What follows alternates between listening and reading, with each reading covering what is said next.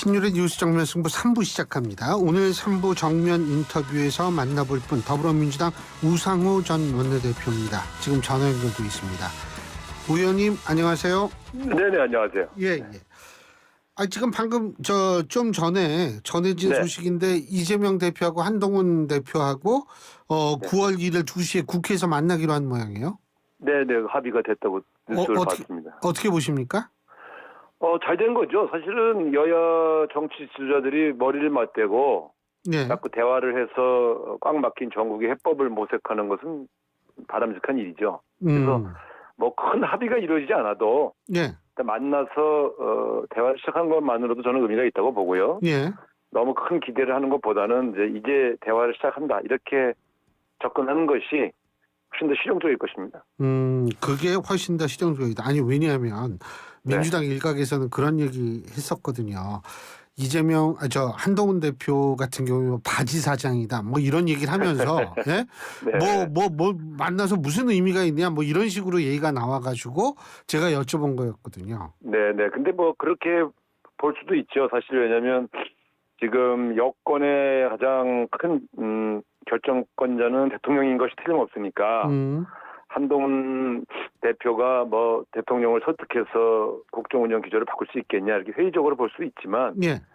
여야 대표끼리의 회동은 회동대로 하고 또 대통령과의 대화는 대통령과의 또 나름대로 서로 할 필요가 있겠죠. 예. 근데 오늘 그 윤석열 대통령 기자회견 보셨는지 모르겠어요. 우상호 대표님 보셨어요? 네, 저는 봤습니다. 근데 예, 이제 잘 됐네. 질의응답까지는 못 봤고 발표하시는 거는 제가 전체적으로 봤는데. 근데 그 영수회담 얘기도 나왔는데 국회가 여야가 좀 잘 좀 하면은 그때 뭐 얼마든지 만날 수 있다. 뭐 이런 의미 아니겠어요? 어떻게 보세요? 그거는 대통령이 잘못 판단하고 있는 거죠. 그러니까 문제를 해결하기 위해서 대통령과 야당 대표가 만나는 것이지. 예. 문제가 다 잘 풀린 다음에 보자. 그거는 뭐 굳이 만날 필요가 없죠. 그게 되면 다 이미 풀렸는데. 그러니까 제가 볼 때는 대통령 입장에서는 야당의 협조가 필요한 대목을 협조를 부탁하고 또 야당을 통해서 또 야당의 의견을 들어줄 건 들어주는 이런 방식의 대화를 통해서 꽉 막힌 전국을 대화 전국으로 전환시킬 필요가 있고요. 사실은 대화를 하면 할수록 유리한 것은 집권 세력입니다. 야당은 사실 협조 안 하고 그냥 버티기만 해도 뭐 무슨 상관이 있겠습니까? 책임은 어차피 대통령이 지는 건데. 근데 그런 측면에서 본다면 국회가 좀 정상화되고 야당과 여당이 대화가 잘 되면 만나겠다는 태도는 국정을 책임지는 대통령의 태도는 아니다. 저는 그렇게 봅니다. 일단 어쨌든 뭐 국회가 좀 잘 돌아가야 만날 수 있을 것 같다. 그 얘기는 결국 만나기 어렵다라는 얘기 아니냐 이런 해석도 있더라고요. 그렇죠. 그러니까 만나지 않겠다는 얘기를 그렇게 돌려서 하는 건데 결국 대통령이 야당의 주장을 건건히 거부권 행사만 하고 또 야당은 야당대로 단독 처리를 안 할 수 없는 조건으로 자꾸 이렇게 몰려가고 있지 않습니까? 그러니까 이 쳇바퀴를 해결을 좀 해야 되죠. 그러려면 대통령이 조금 결자해지 차원에서 만나자 먼저 연락을 할 필요가 있는데 너희들이 태도가 바뀌어야 내가 만나주겠다는 식의 태도가 아직도 유지되고 있어서 전국을 예를 들면 해법을 찾으려고 하는 모습은 아닌 것 같아요. 오늘 그 국정 브리핑 기자회견 전반적으로 몇 점 주시겠어요? 100점 만점에? 글쎄 저는 점수를 매기는 적절치 않은데 예. 저는 합격점을 드릴 수는 없다고 봐요. 왜냐하면 본인이 하고 싶은 얘기만 하고 갔지 국민이 듣고 싶은 얘기를 말씀하지 않으셨어요. 제가 볼 때는 총선에서 심판받은 이후에 첫 이렇게 모습으로 보인 거 아닙니까? 예. 그러면 국정 운영의 기조를 어떤 식으로 변화시킬 건지, 국민들에게 실망을 끼친 것들을 어떻게 해결할 것인지 이런 비전부터 말씀을 하셨으면 좋을 텐데 잔뜩 치적을 나열하고 또 무슨 낙관적인 전망만 내놓았단 말이죠. 지금 국민들이 굉장히 힘들어하고 있는 사실 자체를 잘 모르시는 게 아닌가 하는 그런 좀 걱정이 들었습니다. 그래서 현실을 모르고 어떤 업적만 얘기했다. 그러니까 이제 본인에게 유리한 수치만 보고를 받으신 건지 그래서 지금 한국 경제가 많이 좋아지고 있다 이렇게 말씀하고 있지 않습니까? 동네 나가보면 아주 뭐 자영업자들 정말 한숨 쉬는 소리밖에 안 들리거든요. 그러니까 국민들도 굉장히 걱정들이 많고 이런 것들에 대해서 좀 짧게 한마디 하고 지나가셨는데 민생을 챙기는 대통령이라는 느낌이 안 들고요. 저는 조금 걱정됐습니다. 그 의정 갈등 문제, 의료 개혁 네, 문제 이거는 어떻게 보셨어요? 아니 의료 개혁을 하겠다고 나서고 또 그것에 대해서 여러 가지 의지를 밝히고 이건 저는 긍정적으로 봐요. 그런데 지금 어쨌든 이 문제로 의정 갈등이 아주 극대화되면서 국민들이 병이 있어도 제대로 고칠 수 없을 만큼 고통받고 있지 않습니까?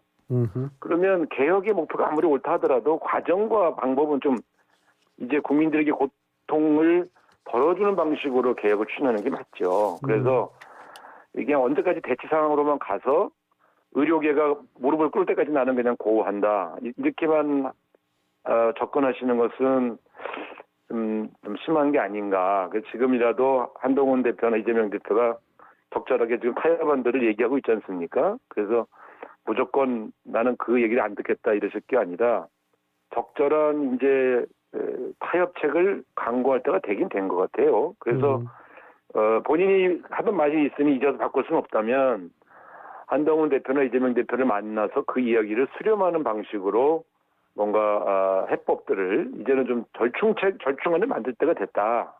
그래서 개혁을 포기하라는 게 아니라 현실적인 의료 대란을 극복하기 위한 그런 절충안을 이제 내놓아야죠. 그런 측면에서 대통령이 고집만 부릴 때가 아니라고 봅니다.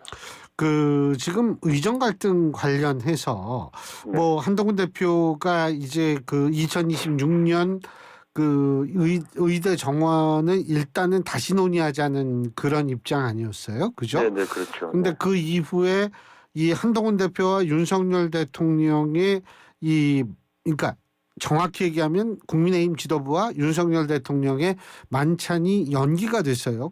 이게 네네. 공교로운 건지 우연하게 겹친 건지 아니면 다른 의미 부여가 가능한지 우리 우상호 대표님은 어떻게 보세요?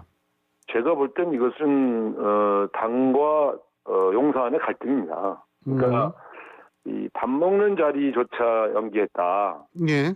그래서 예를 들면 그 밥 먹기로 한 날짜에 다른 중대한 일정이 대통령 일정이 없다면 그냥 안 만나는 거죠. 대통령실은 그 추석 민생을 챙기는 것이 우선이기 때문에 추석 이후에 만나자 뭐 이런 얘기를 했던데요. 그 말도 안 되는 변명이죠. 아니 민생은 늘 챙기셔야지. 그러면 그날 저녁은 안 드신대요? 민생 챙기느라고? 그러니까 제가 볼 때는 한동훈 대표 만나기 싫어서 그냥 연기한 겁니다. 그러니까 대통령의 생각과 다른 이야기를 대표가 말하니까 거기 만나기 싫어서 에이 다음에 보자 이렇게 된 거죠. 그러니까 전 갈등은 갈등인데 참 지금 정권을 보면서 이해할 수 없는 게 집권당의 대표, 집권당의 지도부와 대통령실의 갈등을 좀 여과없이 드러내고 있단 말이에요. 저는 이런 것도 참 정무적 관리가 안 된 정권이다 이렇게 봐요. 그래서 과거에는 보통 그런 조금 내부적으로 감정이 상하거나 의견이 달라도 조율하는 채널이 다 있었거든요. 예. 대통령께서 갈등 없다, 우리는 다 조율하고 있다 이렇게 말하지만 아니 당장 만찬 자리를 일방적으로 연기하고 그것도 대표실에는 얘기를 안 해줘서 원내대표에게 통보하고 이거는 감정을 드러낸 거기 때문에 굉장히 미숙한 겁니다. 근데 지금 대표님이 그 얘기를 하니까 제가 이런 생각이 드는 게 이 만찬 연기되는 건 추경호 대표만 알고 한동훈 대표는 직접 들은 바가 없다라고 얘기를 하고요. 또 반대로 증원 2026년 이 의대 정원 문제에 대해서 좀 이거를 다시 생각해 보자는 거는 추경호 원내대표가 모르고 한동훈 대표만 알았던 모양이에요. 이게 그러니까 그 내부에서 이 커뮤니케이션이 잘 안 되는 것 같다는 느낌은 저도 분명히 받을 수밖에 없는 것 같습니다. 그거는 틀림없죠. 그러니까 이게 지금 원내대표, 정책의장, 당대표 그리고 대통령실의 정책실장, 대통령실, 비서실장 여기가 유기적으로 뭔가 이렇게 그 당정 간의 여러 가지 현안들 또 방향들을 조율하고 있는 느낌이 안 들고요. 예. 각자 다른 생각을 가지고 가는 것 같아요. 근데 생각이 다를 수 있는데 생각이 다르기 때문에 조율해야 되는 거 아닙니까? 그래서 당정은 좀 일관된 그리고 되게 통일된 견해를 내놓아야 국민들이 헷갈리지 않죠. 상당히 혼란스러워지고 있는 과정이다. 그래서 이렇게 되면 누구 말을 믿어야 될지, 당대표 말을 믿어야 될지, 원내대표 말을 믿어야 될지, 대통령실을 믿어야 될지 국민들이 되게 혼란스러워질 수밖에 없다. 이렇게 봅니다. 근데 어쨌든 지금 이 의정 갈등이라는 것이 원래 이게 사회적 문제였는데 지금은 이게 좀 여러 가지 정치적 의미를 더 많이 담게 되는 어떻게 방향이 좀 이상하게 되지 않았나 이런 생각이 좀 들거든요. 그러니까 그렇게 된 이유가요. 예. 너무 오래 끌으셨어요. 아하. 그러니까 저는 개혁을 하려고 나서고 그런 주장, 의대 의사 수의 확대를 위한 여러 가지 고민, 그건 저희 정부 때도 했던 거 아닙니까? 예. 그러니까 저희는 찬성하거든요. 그 방향은. 예. 문제는 그것의 과정 관리를 너무 그냥 뭐랄까요, 강대강 대치 국면으로만 가다 보니 현장의 목소리를 많이 듣는 국회의원들은 당연히 당 대표에게 이거 언제까지 끌고 갈 거냐, 밑에서는 난리다, 지금 환자들은 난리고 의사들은 의사들대로 난리인데 어떻게 풀어야 될 거 아니냐, 이런 압박을 국회의원들이 안 할 리가 없죠. 그러면 그 얘기를 들은 한동훈 대표는 당연히 그 여론을 정부 측에 전달하려고 하지 않겠습니까? 이게 민주주의 과정이죠. 근데 그걸 대통령이 무조건 안 받겠다고 하면 이제 꽉 막히는 건데, 그러다 보니까 이게 정치적 사건이 돼버린 거죠. 집권당 내부에서도.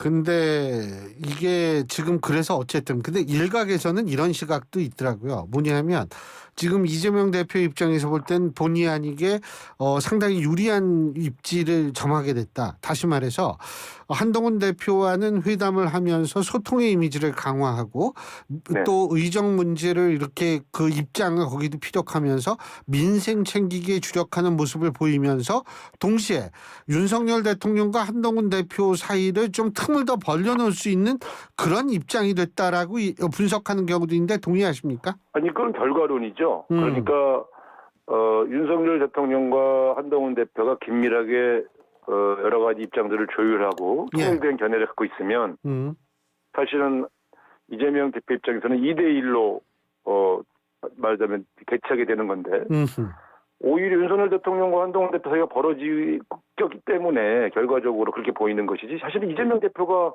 뭐 이간질을 해서 두 사람이 갈라진 게 아니지 않습니까? 저는 지금 한동훈 대표가 바닥에 일반적 민심을 좀 전달하고 있는 과정이라고 저는 봐요. 그래서 오히려 대통령실이 여러 가지 민생 현장, 국민들의 실제 상황으로 훨씬 더 유리돼 있다.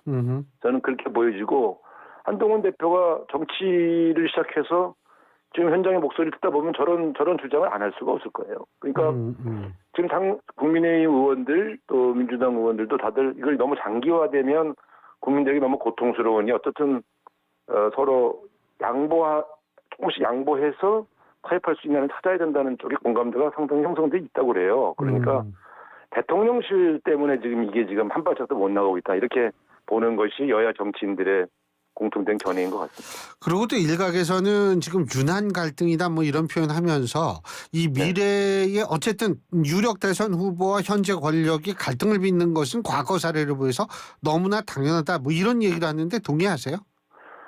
아니, 이제 이해관계는 어차피 다를 수밖에 없지 않습니까? 대통령실은 현 대통령의 성공적 임기 마무리를 더 중요하게 생각할 수밖에 없고, 당은 다음 집권 혹은 다음 선거에서 승리를 목표로 여러 가지 활동을 할 수밖에 없으니까요. 그런데 과거의 정당들은 그런 과정에서도 현재 권력과 미래 권력 사이에 여러 가지 절충을 하거든요.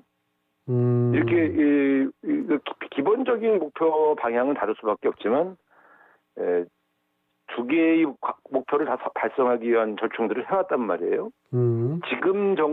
지금의 집권 세력 내의 당정 갈등은 사실은 좀 초유의 일입니다. 이 정도까지 이렇게 여과 없이 노출되지 않았거든요. 저는 과거에 아니, 근데 이게 신조 부총장 얘기는 그건 거의 노골적인 정보를 노골적인 언사로 비난했어요. 어떤 얘기? 달나라에 사는 뭐 정부냐?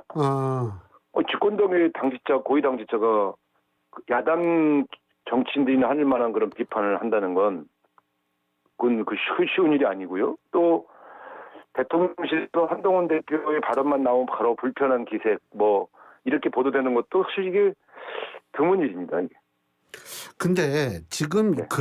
지금 우상호 대표님이 말씀하신 그런 현상과 대통령의 지지율이 함수 관계가 있다고 보세요? 지금 잘 보시면은 대통령 지지율의 객관적 수치가 뭐 낮아졌냐 높아졌냐가 중요한 게 아니고요. 당 지지율보다 대통령 지지율이 낮거든요. 예. 그러면 정당을 국민의힘을 지지하는 분들 중에서도 상당 부분의 국민들이 대통령이 못하고 있다고 판단한다는 데 사실은 문제의 핵심이 있죠. 그러니까 집권 세력 안에서도 대통령에 대해서 불만을 갖고 있는 국민들이 늘어나고 있다. 이 지점을 용산은 잘 봐야 돼요. 그러니까 용산의 지지율, 과거에는 대통령 지지율이 집권당 지지율보다는 조금씩 높았어요. 아니면 동률이거나. 이 지표가 굉장히 위험한 거예요. 정당을 지지하는 사람들조차 대통령을 지지하지 않는다. 이거는 일 잘하고 있지 않다 이렇게 평가한다는 것은 레임덕이 올 가능성이 매우 높은 거고 이걸 공동운명체로서 같이 해결하려고 노력을 해야지 주도권 다툼을 하는 것처럼 보여지면 대통령 지지율은 더 떨어질 수밖에 없죠. 그러니까 지금 우상호 대표님 말씀을 요약하자면 대통령 지지율 낮은 지지율이 문제가 아니라 이게 정당 그러니까 여당 지지율보다 더 떨어지는 게 문제다 이렇게 해석하면 되겠네요. 그죠? 그렇죠. 그런 경우가 과거에 동반 하락하는 경우는 많이 있어도 집권 좀 절반쯤을 좀 돌았는데 집권당 지지율보다 대통령 지지율이 떨어진다. 그거는 위험한 징표입니다. 지금 그렇다면은 지금 이 상황을 타개하기 위해서는 결국은 대통령이 아무래도 여론에 민감할 수밖에 없는 여당의 길을 들어야 한다 이렇게 결론 지을 수 있겠네요. 그렇습니다. 제가 좀 일관되게 말씀드리고 있는 게 그 내용이죠. 네. 네. 근데 그렇게 될 거라고 보세요? 오늘 기자회견 내용에서 보면 저는 총선 전과 크게 바뀐 느낌이 안 들어요. 예, 내가 옳고 국민들이 잘 인정해주지 않는 것이 문제지 나는 잘하고 있다. 그리고 아무 문제 없다. 경제 나아지고 있고 의료개혁 지금 당장 고통스럽지만 안 할 수 없지 않냐. 그러니까 하나도 바뀐 게 없지 않습니까? 다 내가 하고 있는 대로 내가 옳으니 내가 하고 싶은 대로 밀고 나가겠다. 도와주세요. 뭐 이런 정도인데 저는 이념과 노선을 바꾸라는 게 아니라 국정 운영의 기조는 좀 바꿔줘서 대화와 타협, 절충의 과정으로 좀 가야만 집권 후반기가 나름대로 좀 편안하실 텐데 이제 집권 여당하고도 이렇게 다툼이 시작되면 도대체 누구의 지지를 바탕으로 그런 개혁 과제를 수행한단 말입니까? 개혁을 성공하려면 지지 기반이 튼튼해야 되잖아요. 그러면서 본다면 말씀은 개혁을 하자고 하는데 그 개혁을 추진하기 위한 동력을 어떻게 확보할 거는가에 대한 태도 변화가 전혀 안 느껴졌습니다. 한 가지만 더. 그 차상병 특검법 있지 않습니까? 이걸로 또 충돌할 가능성이 있는 거 아니에요? 어떻게 보세요? 그래서 저희는 그냥 한동훈 대표가 하자는 방안도 받아들일 준비가 되어 있는 정당 아닙니까? 근데 안 디테일이 있다고 또 구체적인 법안의 과정에서 어떤 얘기가 나올지 모르지만 대한민국의 미래를 위해서도 이 사안을 집권 하반기 내내 2년간 계속 이거 갖고 싸우는 게 말이 됩니까? 그래서 대통령은 그걸 불사하겠다는 거 아닙니까? 제가 볼 때는 아니 본인은 오늘 주장하신 대로 외압을 행사한 바 없고 전혀 문제가 없으면 특검에 맡기면 되지 않습니까? 그러면 국가적 큰 갈등 사안이 하나가 또 해결되는데 아무 문제 없다고 그러면서 특검으로 또 안 가시겠다고 하니 말과 행동이 달라요. 그리고 진짜 마지막 한 가지만 더 좀. 지금 시중에 10월 위기설이 있습니다. 그러니까 10월 달이나 10월과 11월에 이재명 대표에 대한 1심 판결 2건에 대한 1심 판결이 나온다. 이런 얘기 있거든요. 그런 거기에서 민주당 어떻게 보세요? 위기를 겪을 가능성이 있을까요? 어떻게 보십니까? 저는 그렇게는 안 보고요. 네. 지금 이재명 대표가 예를 들어 의원직 상실을 할 정도의 형량이 내려질 건지 아니면 무죄가 나올 건지 아직 알 수 없는 거 아닙니까? 네. 지금 이재명 대표에게 가지고 있는 검찰의 수사와 그 일환으로 이어지고 있는 후속 재판들에 대해서 민주당은 다 정치적 탄압으로 이미 규정을 해놨거든요. 예. 그렇기 때문에 설사 유죄 판결이 나온다 해도 민주당의 지도 체제가 흔들릴 가능성은 별로 없습니다. 그러니까 의원직 상실 형량 정도의 판결이 나온다 하더라도 흔들릴 가능성은 없다. 왜냐하면 3심까지 가야 되니까. 예. 오히려 더 어차피 단결해가지고 투쟁할 것이다. 제가 볼 때 뭐 아무래도 좀 걱정하는 사람들이 늘어나겠지만 예. 저는 뭐 그렇게 크게 10월에 무슨 위기설로 말할 정도의 예. 그런 얘기는 없을 거라고 봅니다. 알겠습니다. 예, 오늘 말씀 여기까지 듣죠. 고맙습니다.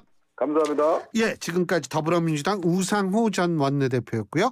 신윤의 뉴스 정면 승부 3부 순서는 여기서 줄입니다. 잠시 뒤 4부에서 뵙겠습니다.